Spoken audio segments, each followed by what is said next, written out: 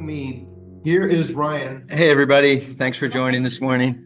Okay, well, welcome, Ryan. Ryan is the Director of Development at The Record North Shore, which is a nonprofit local newsroom that was founded in 2020 to serve our area with more credible community news. Ryan's previous work experience includes leadership roles at The Washington Post and NBC News. He is also an active member in Chicago technology startup community, which is cool. Ryan lives in Winnetka with his wife, Lauren, and their three children. That's right. Well, Thank you, Rebecca. I appreciate it. And thank you for coming out in the snow and everybody who's joining us on Zoom. It's an honor to be here, and I appreciate the invite from Rebecca. Rebecca and I met at a Wilmette coffee shop, Central Station, through, I think it was a TEDx event, and we've had a bunch of connections. So it's always fun to meet someone and learn all the previous history we've shared. As she said, my name is Ryan Osborne. If I do tend to talk loud, so if I'm talking too loud, if you feel like I'm yelling, let me know. But I'd rather be too loud than too quiet. Um, I have worked in journalism my entire career. So I graduated from college in 2001 with an English degree, and my parents weren't quite sure what I was going to do. But I have always loved journalism. September 11th happened right as I moved to New York City. And it was just an amazing time to be learning the world and kind of fell in love with the idea of, providing the service to people to help understand it. Worked at NBC News for about 15 years. I was at the Today Show for a while, so that's a different talk, but happy to share any stories if that kind of stuff interests you all. Bunch of ties to Winnetka, the Today Show. Mike Leonard, who lives over on Pine Street. I actually produced some of his segments when I was a producer, and then went to the Washington Post for a couple years. Washington Post at the time had a team in Chicago that I was a part of, and went back and forth between DC and Chicago. And then kind of COVID happened and the world changed, and knew a group of journalists in the community who were part of a company called 22nd Century Media. So they had worked for a newspaper that was printing in Winnetka, Wilmette, and a couple of the other neighboring communities. That was owned by a guy, Jack Ryan. You may know his story. He lost to Obama, I guess, in the Senate seat. I think it was like 2010. Had kind of been burned by the press and decided that he was going to create his own trusted local media. During COVID, they were very reliant on advertising, and advertising kind of went off a cliff during COVID. And so really did the company. So he kind of abruptly shut that down. A few of those journalists left from that company, started what's called a Kickstarter campaign, where they said, we still want to serve the community with local information. One of them was an editor in Wilmette, so had a very active community around him.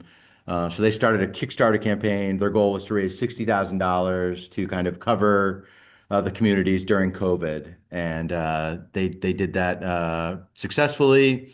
The organization that they formed is called The Record North Shore. So that exists today. That's the name of our newsroom, The Record North Shore. You can always find us online.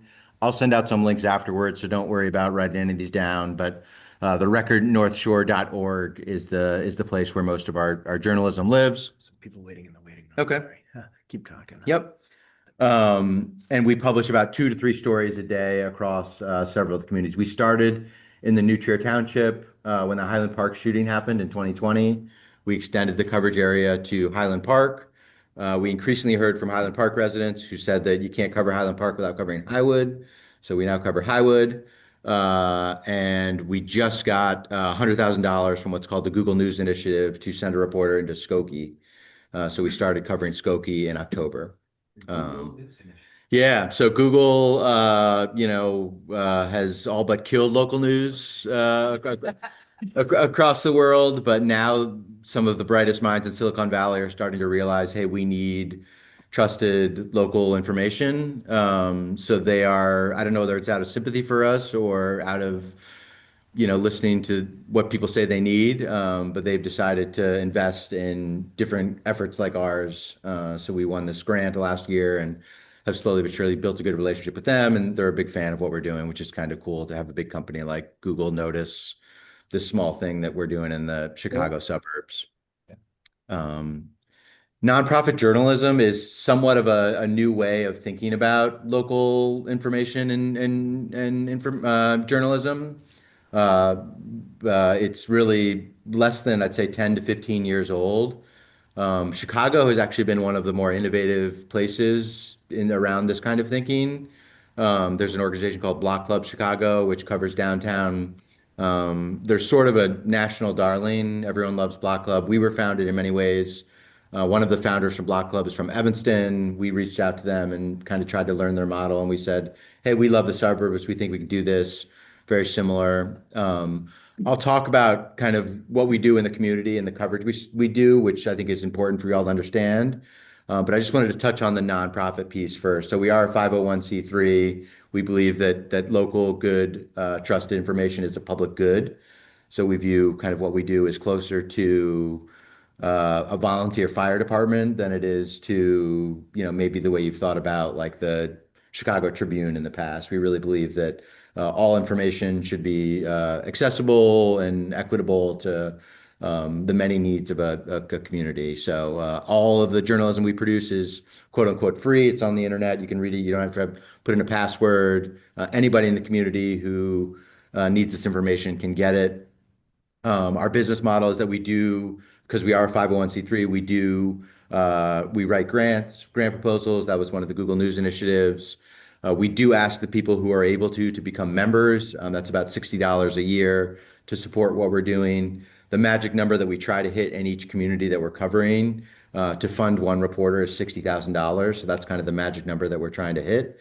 Our overall budget last year was $400,000. So we've done pretty well. We are very fortunate to live in the communities that we live. We go to a lot of conferences where everyone's like, "You're so lucky and so fortunate to have the support of the communities that you do." There's a lot of people trying to do what we do in much less fortunate communities that have struggled. So grateful. Part of our move to Skokie is to prove that we can do what we do in very diverse socioeconomic environments.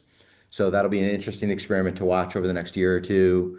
But I hope that offers enough context around what we're trying to do. Let me talk a little bit about how we operate day to day. It could be a little confusing as far as nonprofit journalism. But we have community reporters that cover basically anything from a school board meeting to the local New Trier basketball game to, real estate issue on the lake that has become increasingly controversial.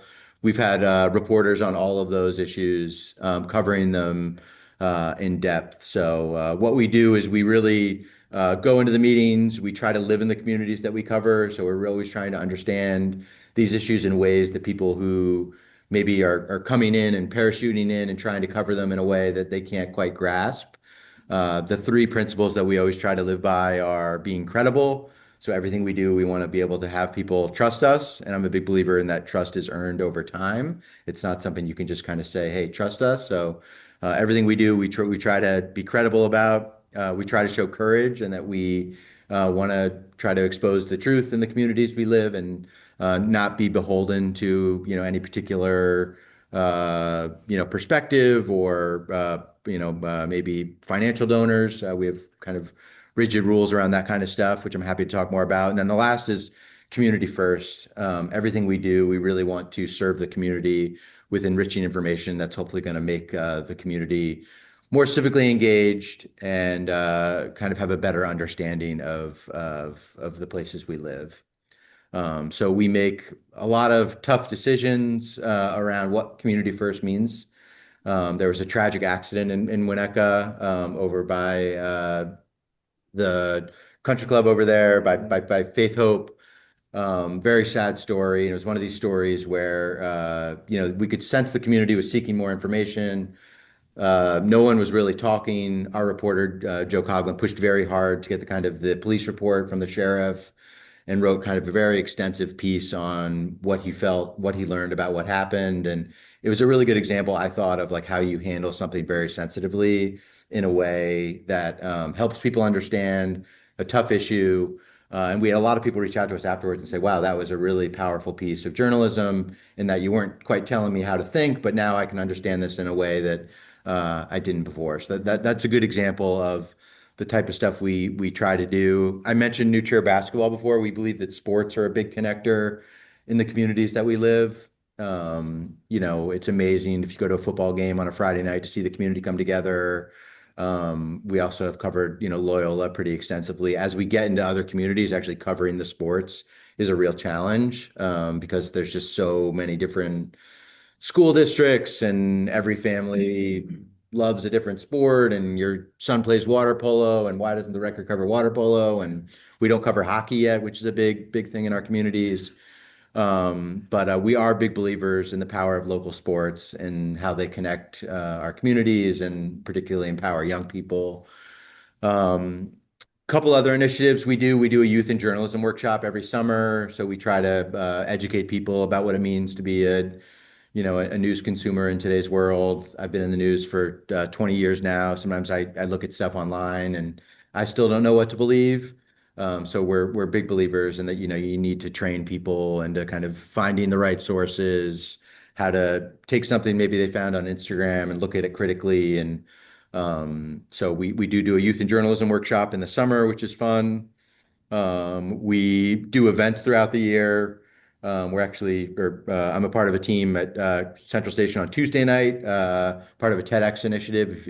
I think it's sold out, but we always welcome anyone. We'll find a way to get you in to learn more about what we're doing. So we hold events throughout the year, and that's kind of. I want to pause to take some questions. This is our 5th year, so we made it 5 years. We're really excited about that. We hope to be around much longer. We have 3 full-time employees. We have about a staff of freelancers that about 5 to 10 folks. One of the advantages of local news suffering so much is that there's a lot of really experienced people out there who still want to do local journalism. So they've found us and have found our reporter that covers Loyola football is actually like a Pulitzer Prize winner, which is kind of funny. So like it's an embarrassment of riches that we have people writing for us. And there's a lot of people who feel really strongly about what we do, which is great. So that was a lot. I can talk more, but I did want to pause. If there's anything that jumped out, if there's any questions, go ahead. We also have Casey's video too. Oh, cool. That's right. Oh, cool. Oh, yeah, that's better than anything I could say. I forgot about that. Yeah, that's great. I'm sure people have tons of questions. So. Yeah. Before I share the screen, what are we about to see here?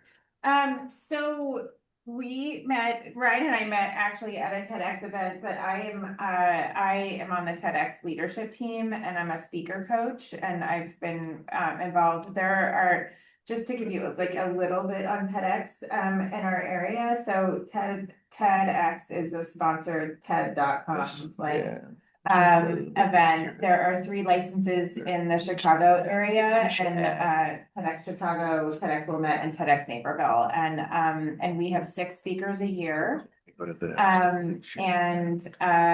Casey Altero is one of the speakers that spoke last year. And actually Ryan and Casey that's the event on Tuesday. They're gonna do a salon, a smaller event on Tuesday, but she spoke about local journalism and she just very dynamic and did such a great job. So I thought we would show it. Yeah.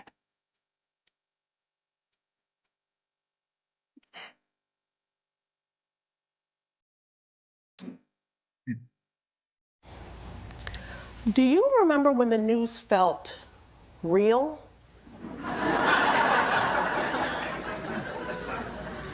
From the literal feel of the newspaper in your hands, the smudges of newsprint on your fingertips, the content on those pages that felt relevant to your life. There was the latest on the school board race, the intrigue at city council, an update on that road construction project we've been driving around for months. When are they going to finish that thing? And most importantly, how much is it going to cost us as taxpayers? There was the fun stuff too. The comics, the horoscopes, the coupons, what's on tap at the local playhouse this weekend. And oh, look, there's a cool story about a kid we've all known since grade school who just won a scholarship. We always knew she'd go far. And the box scores from the high school games that weekend.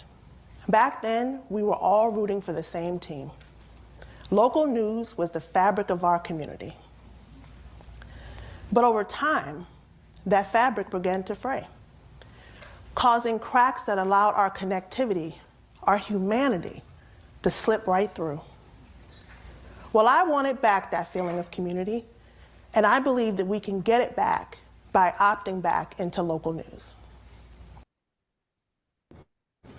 Are you Marsha? I am. It's just part of the YouTube ad. I It'll am. finish. It'll, Thanks for meeting me here. Usually not an introvert Exactly. meeting, but I barely. I grew up east of the river in Washington, D.C., in the shadow of monuments and museums that represented a world that felt far beyond my reach. Local news is what brought that world home to me.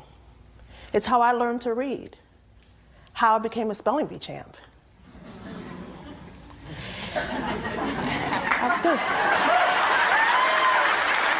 Clap for that. It's also how I paid for college. A scholarship from the owner of the local paper paved the way for my journalism career. I graduated from the University of Maryland's Journalism School in the year 2000. I know, hard to believe because I'm only 21. I was a prodigy. It was the beginning of this new thing called the internet, and newspapers, in a rush to adopt the new technology, put all of their content online for free. It was a fateful decision. Remember the movie The Terminator? You know, the Arnold Schwarzenegger sci-fi classic with the deadly robot sent from the future by a computer named Skynet that was hell-bent on destroying the world as we knew it. If you haven't seen it in a while, you should give it a rewatch because it holds up with its moral about the hubris of man in engineering our own demise by surrendering our humanity to the machines and not realizing our mistake until it was too late. For the news business, the internet was our Skynet moment. We didn't realize that the machines would soon turn against us. I remember as a young reporter sitting in the newsroom, watching our advertising and circulation numbers tank, and thinking to myself, this is what it must have felt like in the last days of the telegraph office. By putting all of our content online for free, we conditioned generations of readers to think that the news should be free. Well, folks, as the saying goes, you get what you pay for. But just what are we getting? And most importantly, what are we losing? Every week, in communities all across America, newspapers are vanishing.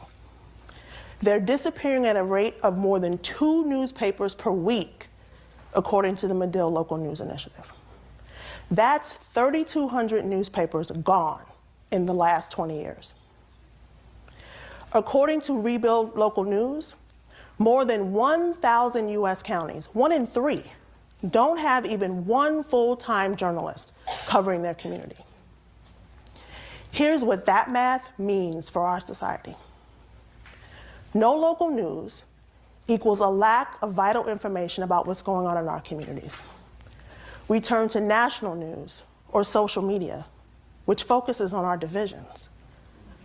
Multiplied by the craziness of our times, the negative noise becomes too much and we subtract ourselves from the news and information equation. Okay, that's about all the math you're gonna get from a journalism major. Well, the point is, the decline of local news has created a void, a vacuum, that is sucking out all the good from our daily discourse. And it's making us more disconnected and disaffected than ever. Research shows that the closure of newspapers and the rise of news deserts, areas that lack consistent local news reporting, leads to a decline in civic participation. Quite simply, when we know less about what's going on in our communities, we care less, and we stop caring about each other. Remember the Skynet analogy? Well, the sequel to the internet was social media, sold to us as the great equalizer, democratizing media for the masses. Plot twist, the algorithms that were supposed to unite us instead began to silo and segregate us, locking us in echo chambers of acrimony. We stopped seeing ourselves as we truly are, and instead, through the lens of that uncle we avoided the cookout. You know him. Or the professional provocateurs peddling in poison. Or the army of bots that have us arguing in circles with ourselves. Those algorithms also began to suppress real news, local news, to the point that the chorus of crazy were the loudest voices in the space. But I know that the most visible and vocal and often vicious among us don't really reflect us, and they're making us sick. According to the Journal of the American Medical Association, high levels of social media use, particularly frequent postings, is associated with greater irritability, right? And according to UC Davis Health, social media can negatively impact our overall well-being by contributing to feelings of anxiety, depression, and loneliness, particularly among teens and young adults. Feel familiar? Well, I believe that we are better than our baser instincts, that our better angels are calling on us to flip the script. Local news is how we can begin to reclaim our narrative. And I'm happy to report that local news is having a renaissance.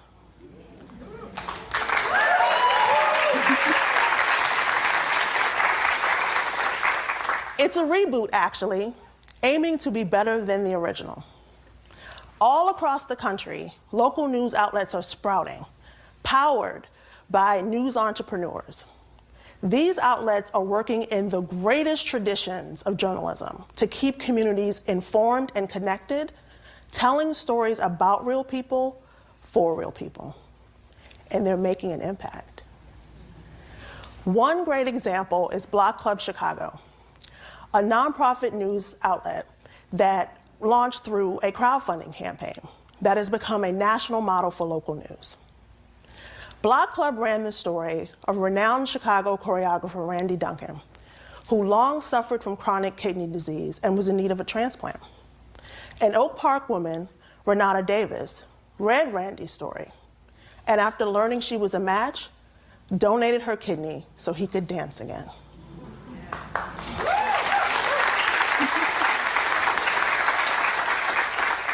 That's the power of local news. Right here in the North Shore, you have The Record, which, great outlet, which, much like Block Club, rose from the ashes of commercial media to become an award-winning source of local news. They're doing the kind of bread and butter journalism that feeds communities. The rebuilding of local news is made possible in part by philanthropic efforts like Press Forward, the national initiative to revitalize local news.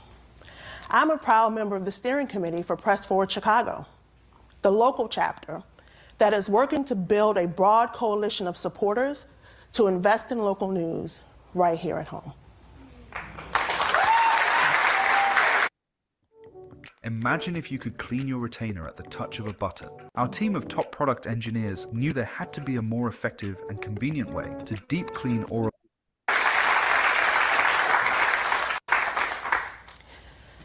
16 years ago, I hung up my press pass and walked away because I didn't see a way forward for this field.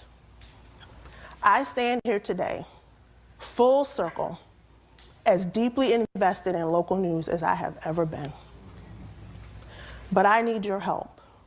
Local news needs your help. Philanthropy alone can't save local news. It's going to take the commitment and investment of all of us who believe in the vital role that local news plays in our communities to step up and support it. So, what can you do? Subscribe.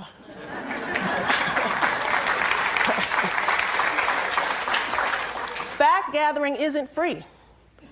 And local news outlets are doing it on a shoestring budget. Your support could be transformative for them. Give. Many local news outlets are nonprofits, making your gift tax deductible. Add 1 or 2 to your end of year giving list. Maybe throw in a couple of gift subscriptions to round out your holiday shopping. Equipping your friends and family with the news they need to be engaged and informed residents, that's the gift that keeps on giving. And share. Sharing stories from local news outlets, either by social media or word of mouth, is critical validation for the work. In many cases, we are the most trusted messengers in our social circles. Leveraging our personal credibility can be some of the best currency in supporting local news. And in today's discourse, credibility has never been more important. In an era in which expertise and knowledge are being devalued, we all have a role to play in platforming the kind of fact-based information that local news provides. Yes, we do. Thank you, whoever that was. A good rule of thumb here: the closer your news source is to you, the more credible it's likely to be. The farther away, the harder it is to verify, the greater the chances for misinformation and disinformation. When you care enough to share the very best, homegrown news is your best bet. Now, when I say homegrown, I don't mean in somebody's mama's basement. I mean local news by local reporters who are part of your communities and who bring with them the credibility and accountability that proximity provides. So like, post, share, flood the zone with good information to drown out the noise and the chorus of crazy.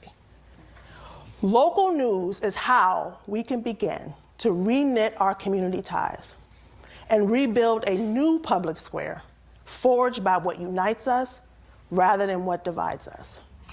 Join this movement with me, and let's build together. Thank you.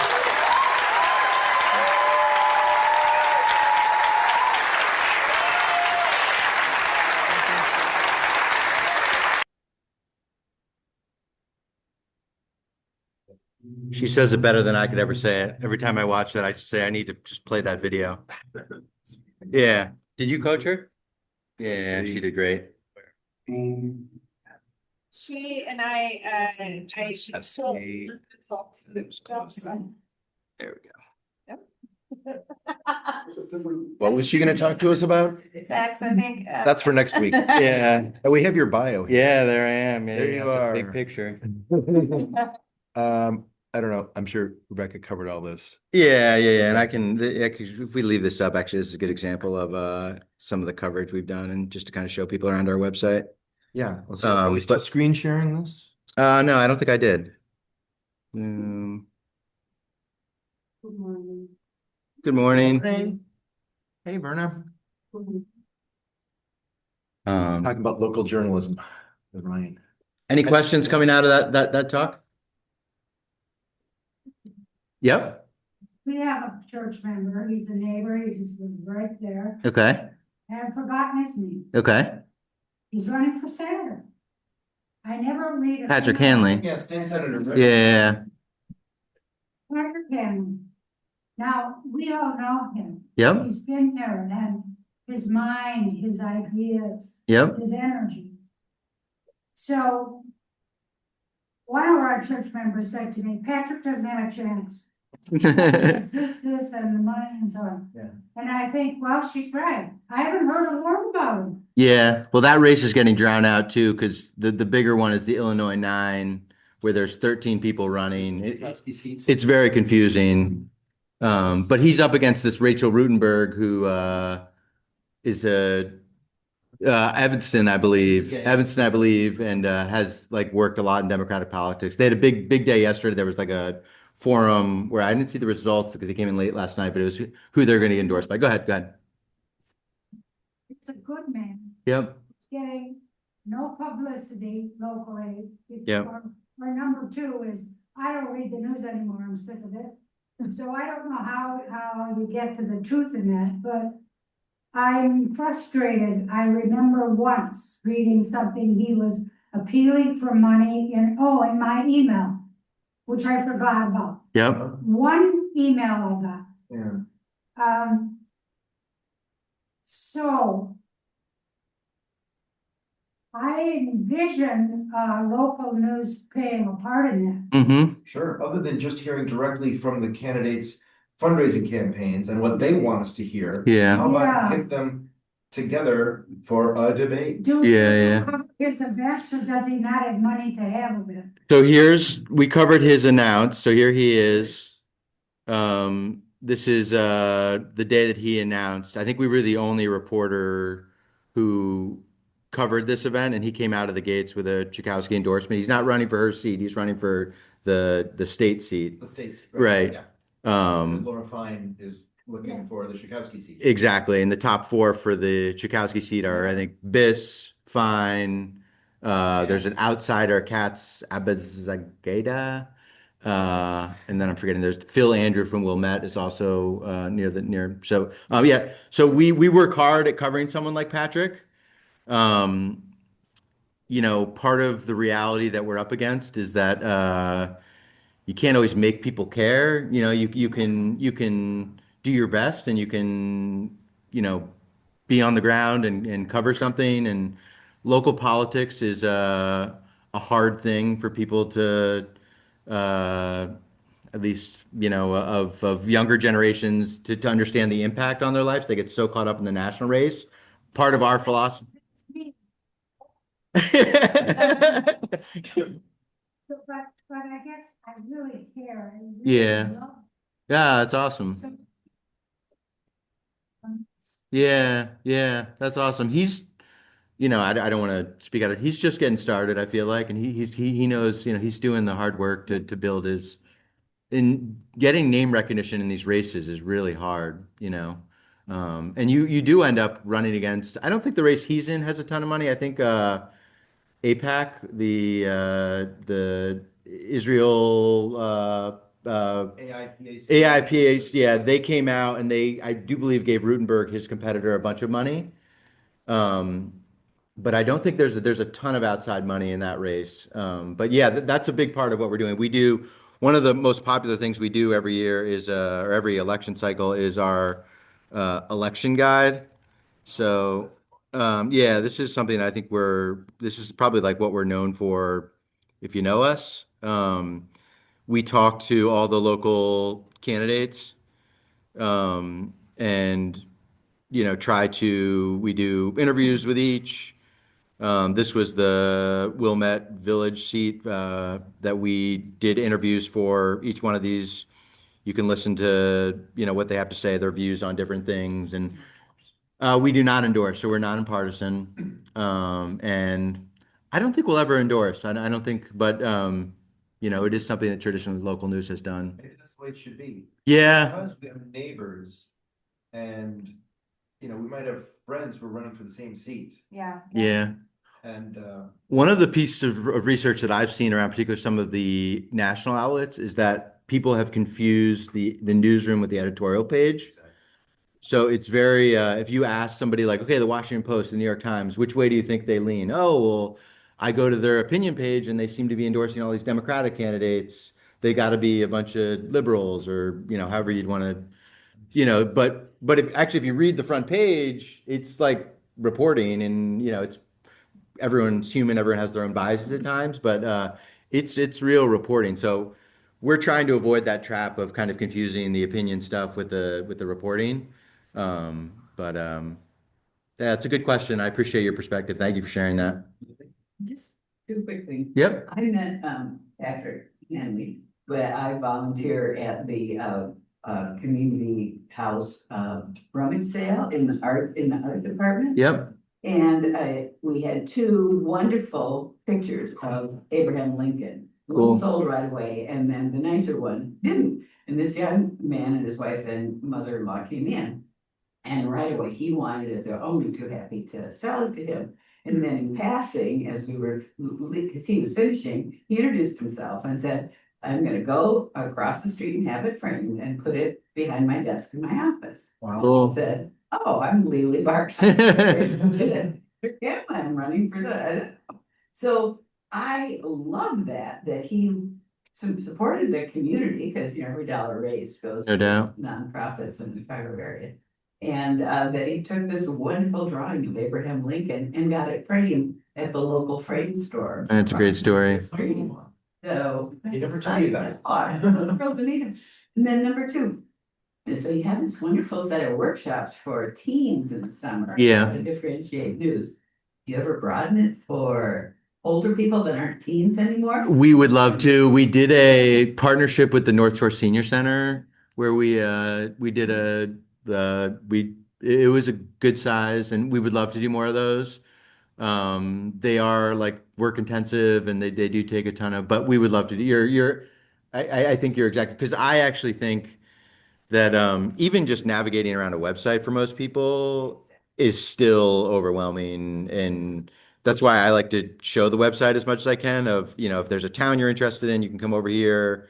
Our most popular product is we send out a Thursday newsletter that tends to be the way most people interact with us. Most people say they don't even know we have a website. They say that we like the website. So, you know, if you wanted to subscribe to that, you could click on this newsletter tab over here and give your email. That's free. You will start getting a couple emails from us. We try not to ask for money too much. And in many ways, yes, money is important for what we're trying to do. What we really need right now is awareness and people to kind of understand what we're trying to do and how it's different. And there's a lot of confusion out there. The Tribune has increasingly pulled back out of the suburbs. They'll come out when it's a big issue, and they've had some good reporters. They had a reporter, Richie Ricania, who actually just left, who I know has been in this church before and covered some issues. But they tend to come for the bigger stuff and pull back. Increasingly, they're pulling back altogether.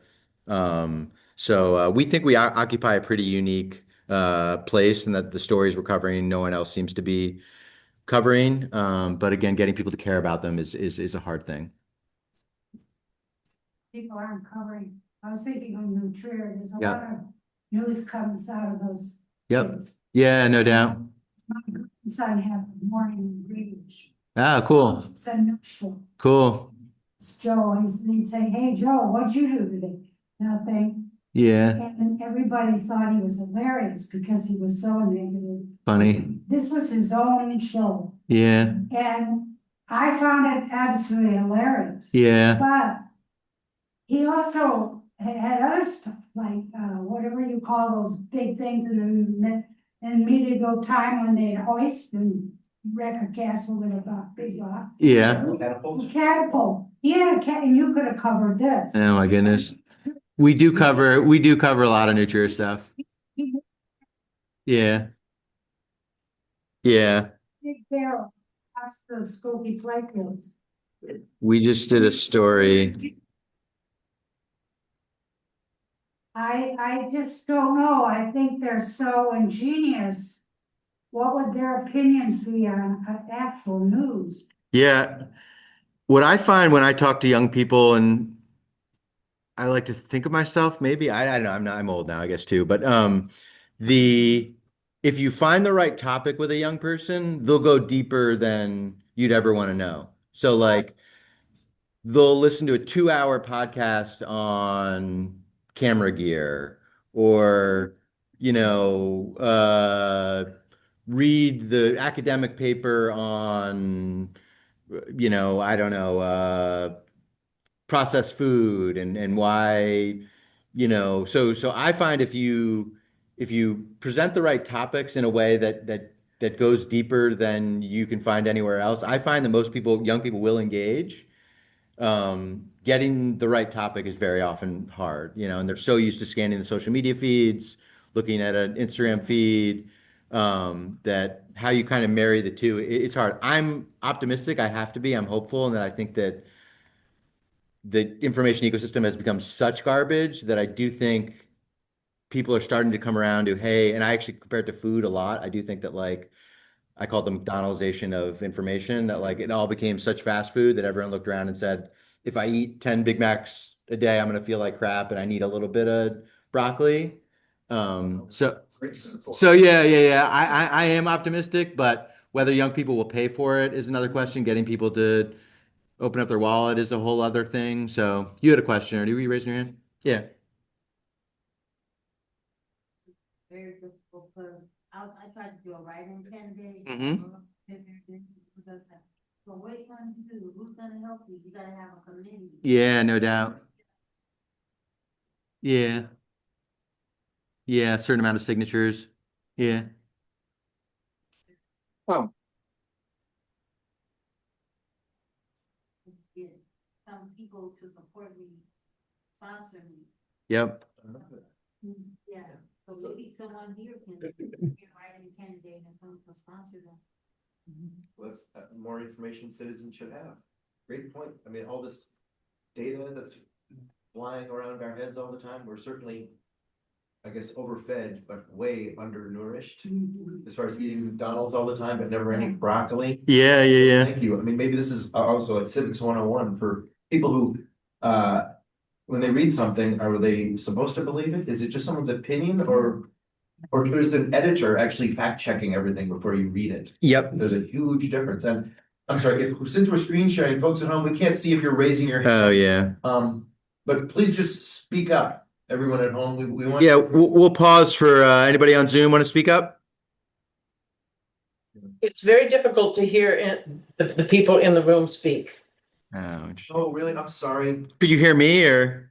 Yes, I can hear you just fine. Thank Oh, you. I didn't even think of that. So, The owl isn't picking it up. Yeah. The owl's working. yeah. Yeah. It was before. Hopefully you can hear me because I'm loud. But Yes, I can hear you. Oh, thanks, Junia. This idea of that Casey had that just landed so much with me is like, and I notice it in myself and with the way I consume media all the time. The idea that like my mental health, that news, right? Like if I bring it down to the community around me, Agree. that and I let go of, if let's say it's 80-20.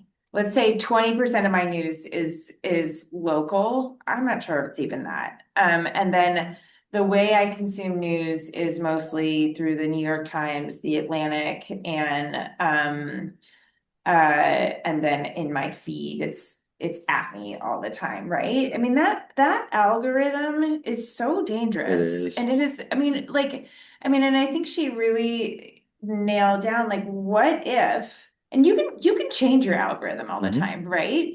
I love the Thursday email. Yeah. I always go into it. And for someone who, runs her own business and has 4 kids and, is busy, like I always click on Kenilworth and and check out, I'm like, oh, that and the pictures are the photos are great. And I'm like, and so I'm just so grateful. And it's just for me, such a huge reminder to come back down into into what matters in my community. And I think your point about the local politics, it's all super connected, right? We need to be focused locally. We Agreed. know what happens. It's that grassroots. Those people rise up. If we aren't paying attention to both races, right? Then we're disappointed. Then we're like, why is this happening to us? Yep. So I think the local news and the local politics is deeply, deeply connected. And it's all connected to how we show up for each other. And just, at a basic mental health Agree. piece too. I love that you brought in mental health because I think that it's something that is so important. One of the reasons I was struggling in national media was, following Donald Trump's tweets, and I'm not making a political statement, but it was exhausting.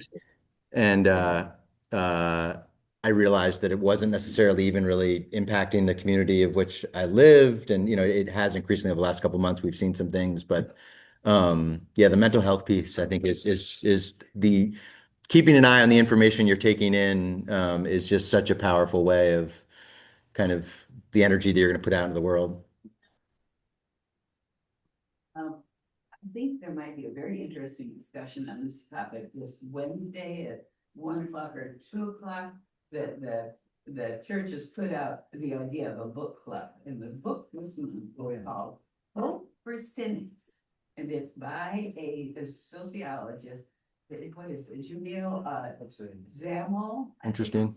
And I'm reading it right now. Highly recommend it. It's exactly what he's talking about, of choosing what we do with our energy. And I think there's going to be a lot of interesting discussion Love that. about it. And I think it's very appropriate. The other research that I think is interesting, I don't know if you know somebody called Robert Putnam. He wrote a book called Bowling Alone. About 25 years ago. Yeah, which is kind of having a moment again.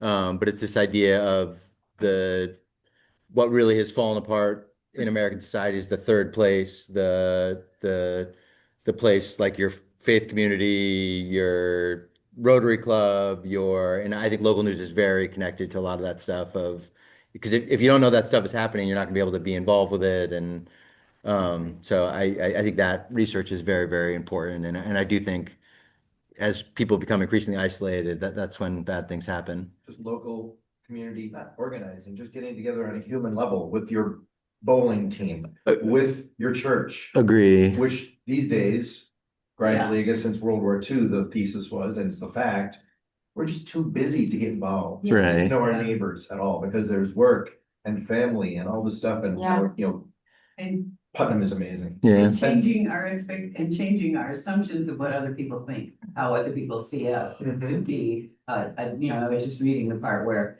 changing the way we ask for money, instead of doing it as a negative thing that you're helping the poor starving people, instead do a positive, and then that'll help change how you're looking at each other. I think it's gonna be an interesting discussion. There's Sorry. someone who, I think in the All right. chat room, can you see the chat on Zoom? Let's see. In the bottom center? No, I'm sorry, nobody posted anything? It looked like it was an AI thing, or it was like some kind of. Yeah, AI is Oh, I didn't hear her. Yeah, keep her. Yeah. She was talking about how there's a book club at the church on Tuesday, and Wednesday. Yeah, book club. Wednesday afternoon. And some of the themes connect as far as local connections, and also the idea of kind of thinking of things intentionally and positively as opposed to the negative. You had your hand up. I read a book by an anthropologist one time that talked about how we've evolved to I think the number is 150 people, but you can maintain a group of 150 people with gossip. Yeah. But beyond that, you have to go to other mechanisms. Yeah. I think it's the same with churches. They've done church studies that if you have 150 people in a church, you don't need a lot of things, but you change the dynamic when you're above that. You have 1,000 people. I think it's called Dunbar's Law. I know what you're talking Dunbar's Law, and I think that's where a lot of the social networks have fallen down. Like I wish Mark Zuckerberg knew about Dunbar's Law when they were creating Facebook, because they thought human ability to have relationships could be infinite, but in fact, like it's scientifically proven that you can only have X number of meaningful relationships, and that's where the social networks have really fallen down. Robin Dunbar. Book is called Gossip, Grooming, and Evolution. Yeah. Oh, so wait a minute. So my 1,500. Sorry to, yeah. Yeah, again, it's in this week's bulletin. The book club discussion for Wednesday at 2 o'clock is called Hope for Cynics by Jamil Zaki. So thank you. What's the barrier to print the news? So Money, clearly. we do a print edition in Wilmette at the coffee shop where Rebecca and I met. We do a print edition once a month, and that has been a great experiment. There's been people that it's resonated with and who have sponsored us because of it, which has been awesome. We print 500 editions of our best stories in Wilmette, and that costs us, I think, $600 a month. And as you look at printing larger numbers and distributing them actually in people's homes like a traditional newspaper, it does become cost prohibitive pretty quickly.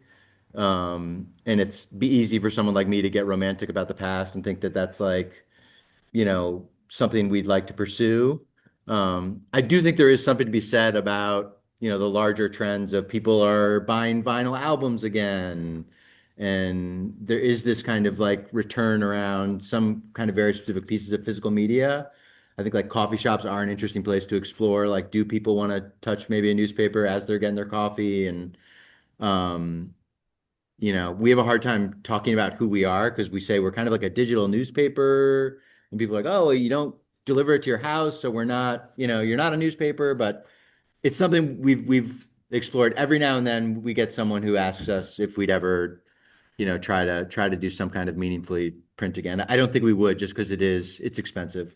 Just as an aside, the highest circulation magazine in the country is the AARP Yeah, magazine. yeah. Yeah. What's the future of the record? What's the goal?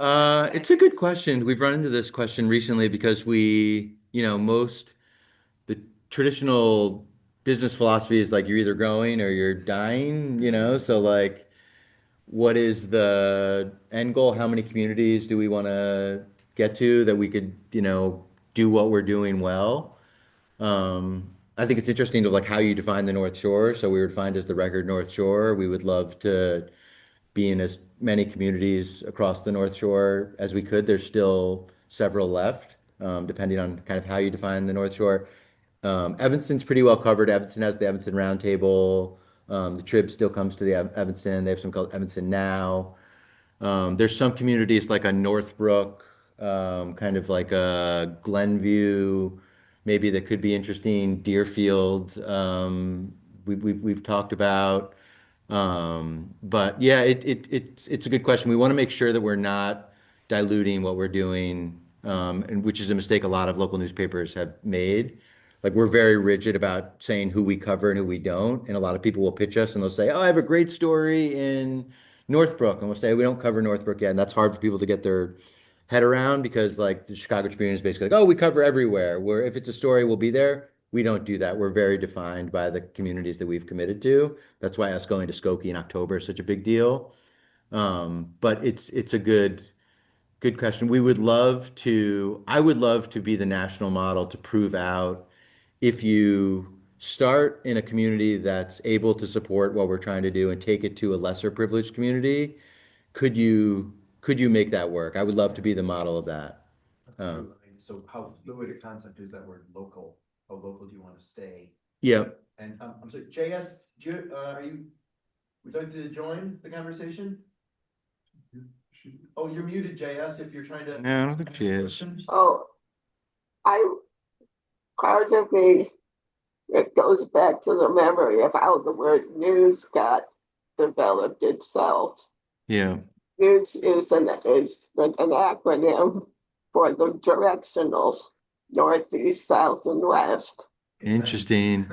And they made it new because what was being reported was news and new, and there was lots of it, so it became news.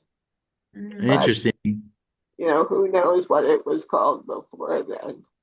Right. And part of me says, what if you, and I don't know how we would start it from scratch now, given the way things are, it's about what's being reported. Things like what's making people laugh.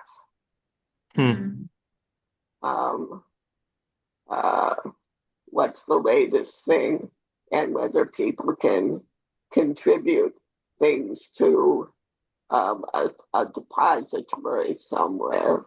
And it's like letters to the editor, but it would be what's making you laugh this week, or what are there groups of people that can get together that can start creating topics about making people laugh.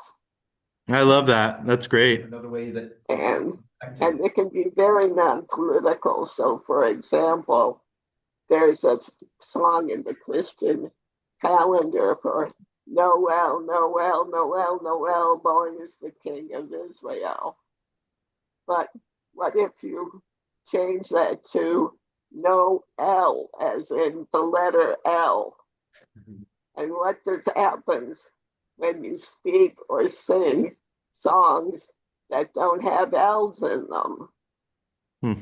So, and it can start being funny, like Jingy Baz, Jingy Baz, things like that. And then you can go, what's your name? Or the names of the people that you know. And what does it sound like without an L? And then just things like that. You can start making laughter about all sorts of things that people can easily contribute to. Anyway, it was just a thought. Thank you. Love that. Thanks for sharing that. Did somebody have a? Nancy? Steve's comment. My grandson, when our weight has gone way up, but everything's on the internet, including girlfriend. Mm-hmm. So I just read, and that's long involved and hard to explain. So I just read that Trump's kid helped solve, was onto an attack because he had a girlfriend on the internet, or he had a friend. I saw that. Yeah. Yeah, who was overseas. Yeah. He was on a video call and she was attacked in the bedroom or wherever. And he reported the police from USA. Yeah. Strange story. Yeah. Yeah. So I thought to myself, my family isn't so weird. This is a new thing. Yeah. Kids who are little, I mean, he's at Michigan State, he's a senior. He's got a major, he's happy, he's got a girlfriend that he met on the internet. Yeah. And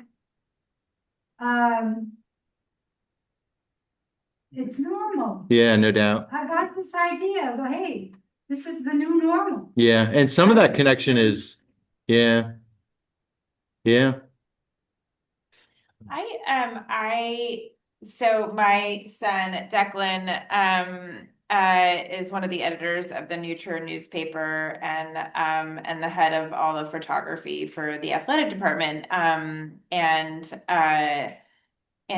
I'm so impressed. There are kids who really love journalism. Yeah, no doubt. And I feel like watching that group of children that there's hope, Yeah, that it agreed. keeps it alive.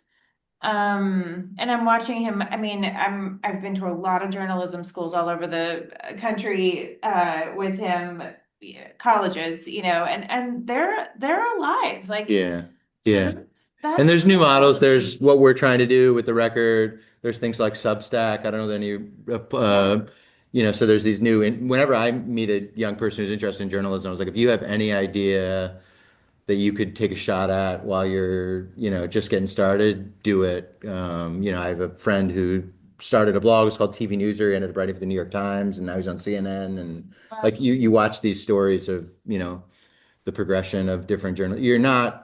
It's not what it was. And that, I think it becomes scary if you have to, support a family of kids. And I'm curious how those professions are going to evolve but it can be a great career, and it can be really rewarding. Sure, and we need them. Yeah, that too. Student to know, maybe just start off, develop your portfolio with a series of Substack essays, exactly. op-eds, whatever. Exactly. You can get a real paying job, Yeah. for profit or not for profit. Most of my friends who I remember who went to Medill Yeah. to get their master's degree aren't journalists. Yeah. They're in internal corporate communications. Yep. Because they've got bills to pay. Yeah. So the talent is out there. Yep. For more, if there were more, publications and editors to. Medill's been supportive of us. Always grateful for Medill. We've done a couple other programs. They have something called the Local News Initiative. So I've been very interested in what we're doing, and again, grateful for the communities that we live. Well, and there's darkness too, I guess, because like Indiana censored their their newspaper, the kids' newspaper. Yeah. You know how the, A couple months ago, early this fall, all the maybe. universities have been threatened either directly or, the chilling effect is everywhere. Indiana and I think one southern state school. I think it was Mark Cuban somehow made a sizable investment in the journalism program, and they started kind of like separating. They were trying to be, doing real journalism that was covering the university in a way. And the provost or the president came out and said that you aren't going to print anymore. You're just going to do a digital version. And then slowly but surely said no more digital version either. And there was a big like blowback just for the stories that they were covering. One of the Texas A&M campuses Oh, yeah. eliminated the teaching of Plato. Yeah, interesting. Yeah, Crazy. yeah, Too woke or something. yeah. All right, so that's it. We gotta make Orwell fiction again. JS, it's Lily. I just saw that there is such a publication. It's called Reasons to Be Cheerful. And they're putting out a little email apparently. So you gotta be sure. I'm gonna sign up for that, see what it's about. Did everybody hear Lily at home? You targeted this. Reasons Re- to be cheerful. Reasons to be cheerful. It's also a great song. And hopefully that would be a nice thing, maybe the record could do, and we could all add in things, sort of like pieces of hope. Yeah, I love that idea. there's something called StoryCorps too, where I know they put like some like microphones in public places where people are able to share their stories, which is super cool. Yeah, the Week magazine has a section called It Wasn't All Bad. Yeah. I think the good news piece is really important as you look at like the future of news. If people just don't want the bad stuff all the time. And there's a term that I was reading about recently called conflict entrepreneurs, where there's so many people that have made so much money off of driving partisanship. And people just get caught in that cycle that it just becomes not a fun place to be, not a good feeling. Yeah. We should call them. Also, is to have a place perhaps where people can pray. Mhm. Good point. Yeah, I think faith is a big part of the story too. I do think as you look at believing in some kind of truth, and I do think faith plays a role in obviously a lot of that. Well, I appreciate you having me here today. I'll stick around if you have questions. Or what time do you have church? Do you have 10 minutes? 10 minutes? Okay, cool. Yeah, so you're gonna head upstairs. But thanks, Rebecca, for having me. Very grateful. And